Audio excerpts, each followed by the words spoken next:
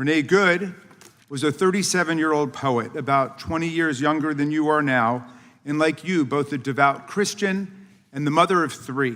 Alex Pretti was also 37, and like you, a federal worker. He was an ICU nurse. This disturbing video tells the true facts you tried to cover up with propaganda. Madam Secretary, based on what you know today, were Renee Good and Alex Pretti domestic terrorists? As you know, but you didn't wait for the investigation, did you? You didn't wait for the evidence. You proclaimed that they were domestic terrorists at the time. Why did you do that? Why did you call them domestic terrorists? Well, thank you kindly, Mr. Chairman, and welcome, Secretary Gnome. We're glad to meet you, even though it's been 13 months since you took office and more than 5 weeks since 2 American citizens were shot dead in Minneapolis. Renee Good was a 37-year-old poet, about 20 years younger than you are now, and like you, both a devout Christian and the mother of 3. She was on her way home from school drop-off when she encountered an ICE operation, and one of your agents shot her dead, shot her 3 times. She bled out in the driver's seat of her car after your agents refused to let a doctor or EMTs approach her. You expressed no sympathy for her family and no regret for her killing by an ICE agent. You ran a smear campaign against Renee Good. You called her a domestic terrorist. Alex Pretti was also 37, and like you, a federal worker. He was an ICU nurse at a VA hospital, outstanding in his job, providing comfort to many of our vets in their final hours.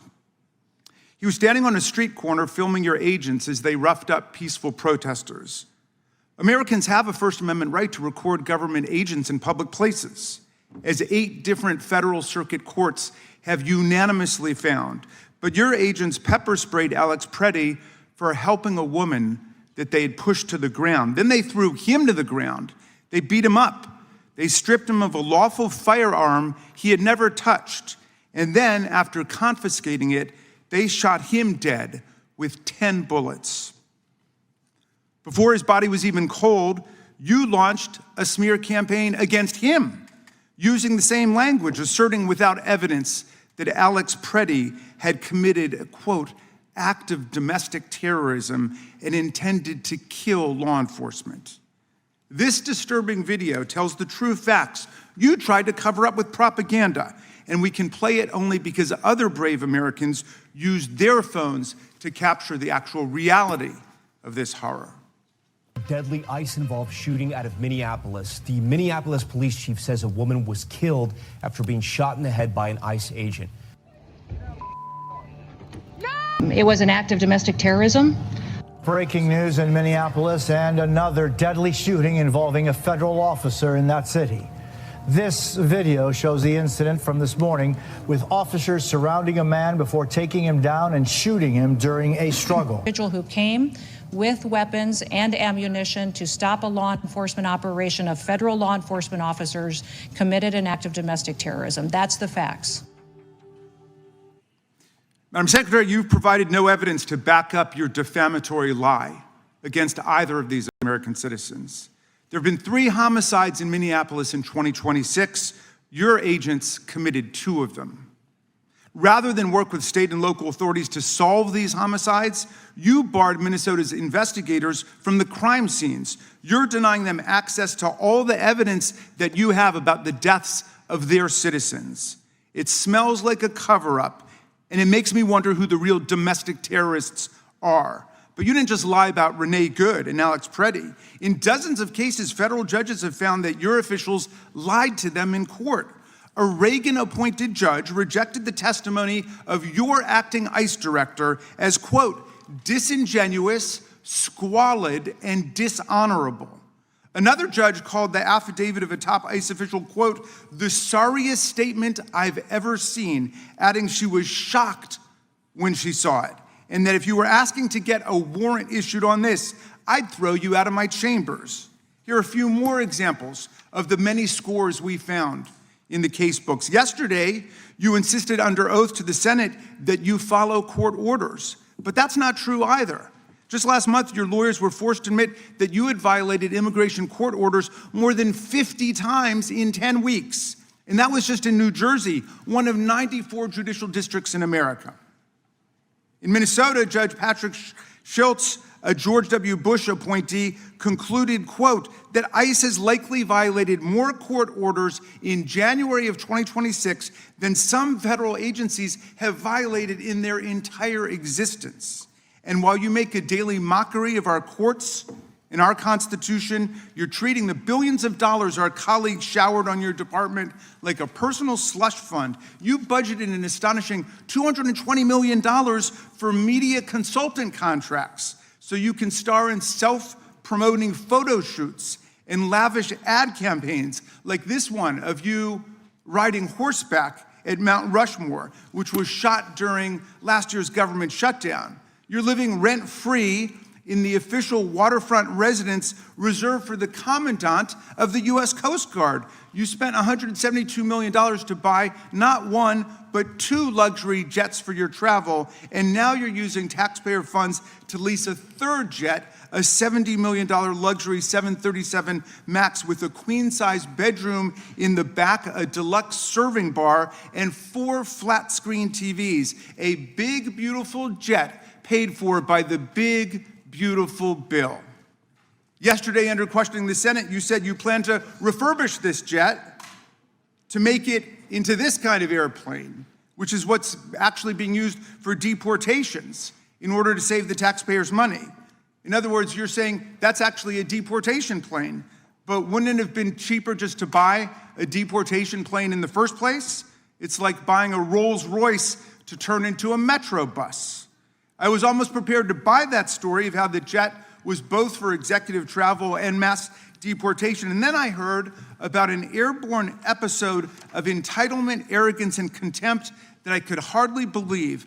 Apparently, when your special blanket, your blankie, was left on one of the government jets and not transported over to the new one, your special government employee, Corey Lewandowski, chivalrously stepped forward to fire the pilot midair, a 2003 Coast Guard Academy graduate and distinguished U.S. Coast Guard commander in Air Station, Washington, D.C. But then he had to be rehired immediately because there was no one else who could fly the two of you on the rest of the journey back home. Secretary Gnome, you're flying high now, maybe even a little bit too close to the sun. But with all these free planes and houses and pilots, you've traveled a long distance from your actual job and the things you should be doing as head of Homeland Security. Your agency is charged with protecting the homeland. It includes FEMA, TSA, the Secret Service, the Coast Guard, the Cybersecurity and Infrastructure Security Agency, as well as ICE and CBP.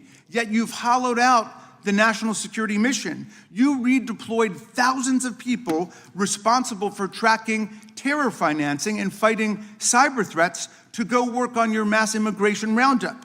You reassigned to the roundup agents working a key national security probe into Iran's terror financing, paralyzing that investigation. And to run what's left of Homeland Security's ruined Terrorism Prevention Office, you actually installed a 22-year-old intern whose chief listed qualification for the job was that he had participated in a model UN club his junior year of college. Through FEMA, you're supposed to provide disaster relief to our communities. Yet last summer, as floods devastated central Texas and killed 135 people, including 25 girls and 2 counselors at a Christian summer camp, you withheld crucial support, including search and rescue teams, for 72 hours. Why? Those were 3 crucial days during which people drowned and died, waiting for bureaucratic approval. You promised to use ICE and CBP to expel the worst of the worst, undocumented immigrants guilty of committing violent crimes like the people responsible for murdering the children of these angel families, these angel moms and dads who've joined us today. Instead, your masked agents have been indiscriminately rounding up any and all immigrants and citizens who your agents think look like they might be immigrants. They've arrested kindergartners, daycare teachers, and parents dropping off kids at school. They drag grandparents out of their homes in their underwear in sub-zero temperatures and rip children out of their beds in the middle of the night or use them as bait to arrest their parents. Just last month, your agents picked up Nurul Shah Alam, a severely disabled and nearly blind Rohingya refugee, lawfully in America, who didn't speak English. You claimed your agents dropped him at a safe, warm location. Again, not the truth. They dropped him off miles from his home in the dark at a closed coffee shop in sub-freezing temperatures. And now, because of this cruelty, this man too is dead.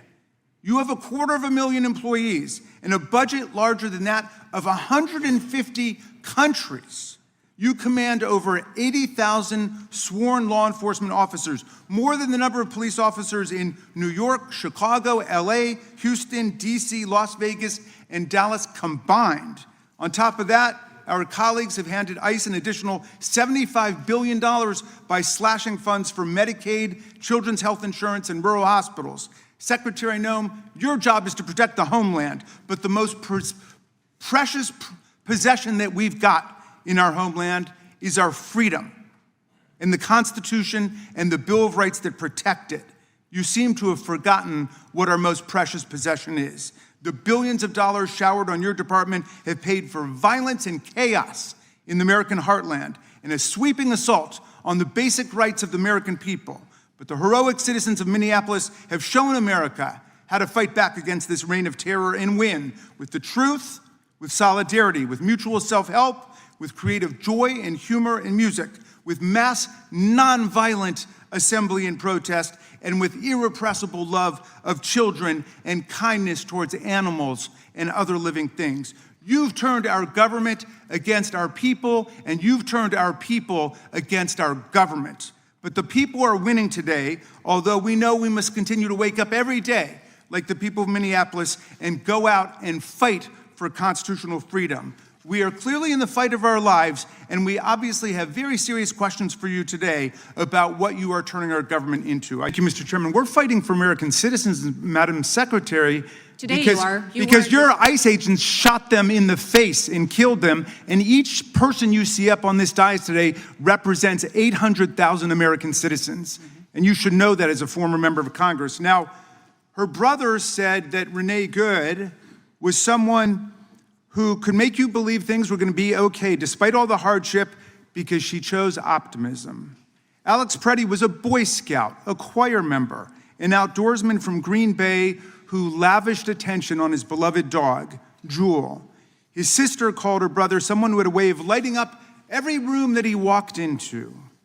But only a few hours after they were gunned down by your agents, you called Renee a domestic terrorist.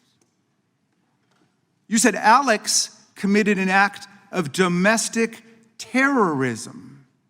Alex's parents responded to your calling their son a domestic terrorist. They said, the sickening lies told about our son by the administration are reprehensible and disgusting.